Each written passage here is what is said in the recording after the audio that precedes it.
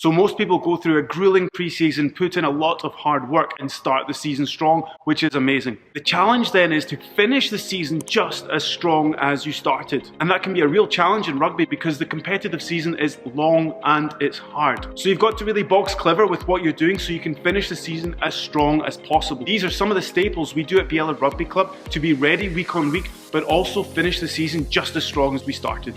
At the start of our training week, we make sure we have a strength stimulus for the upper body and the lower body. Now our staple moves are back squats, trap bar deadlifts, bench presses, push presses, chin-ups, and some heavy unilateral work for the legs like reverse lunges or Bulgarian split squats. Typically in season, we're working with 5 reps or below with an intensity of 80 to 90%. We use the percentage of our 1RM, we use reps in reserve, and we also use velocity-based training to guide the intensity. Suffice to say, when the guys are doing their main lifts, I'm looking for quality. Now sometimes there's an exception when we're at the start of a new block, we might be working with 8, but we'll quickly taper in to 5 or below to make sure we're maintaining our strength and just as strong or stronger at the end of the season as we are at the start. So strength is a really important quality to maintain because it underpins a lot of other things that we're looking for, even from eventing in a game, even from the acceleration and leg drive that you'll have when you hit contact. So something really important to maintain in a contact sport. Acceleration ability is also super important in rugby, and I'm a huge fan of using sleds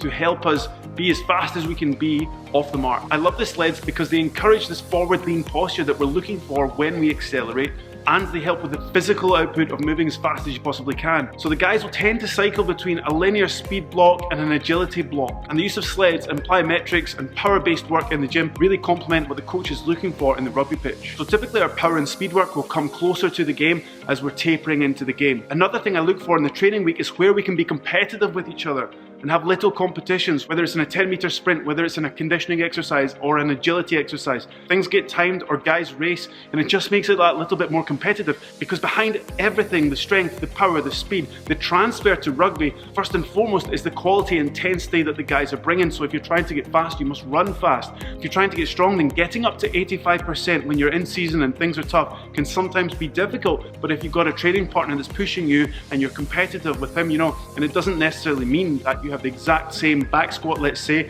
but maybe this guy's going up to his 85% and his reps are looking smooth. So if you take anything from this, try and create a competitive environment for yourself. Doesn't mean you have to go head to head with someone, but it does mean if they're going up 5% of their 1RM, you can go up 5% of yours. If they're making a 0.04 second improvement on their 10-meter time, so must you. What are they doing? Are they sleeping right? Are they eating right? Are they coming in with good energy? So must you. So getting your teammates involved is going to make everyone better. It's going to keep you accountable, your teammates accountable, but obviously it's a team game, so you want to be doing it as an individual, but get everyone together, get a competitive environment, get the energy going so you can finish the season as strong as you started when you went through a grueling pre-season. So if you're taking your training seriously in season and you're working hard, you want to have the best structure you can, you should check out my program, Strength and Power, for rugby strength and conditioning athletes that are in season. You can check that out at rugbystrengthandconditioning.com. That's going to give you the best structure. I break down 3 ways that you can organize your week. It's going to give you the best structure, not just for the week, but also week to week to make sure you're progressing and finishing the season as strong as you started or slightly stronger.